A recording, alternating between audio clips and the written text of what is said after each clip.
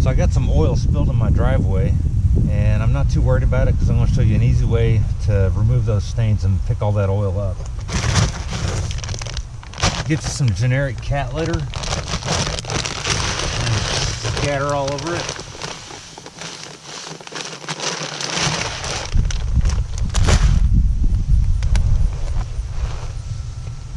The cat litter is real absorbent, and it's going to soak up all that oil.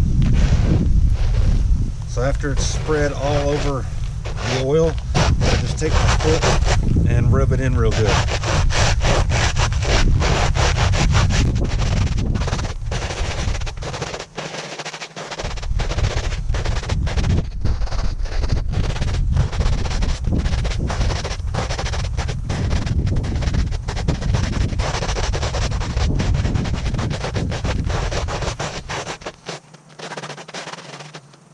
After you get the cat litter all rubbed in, then you can just sweep it up.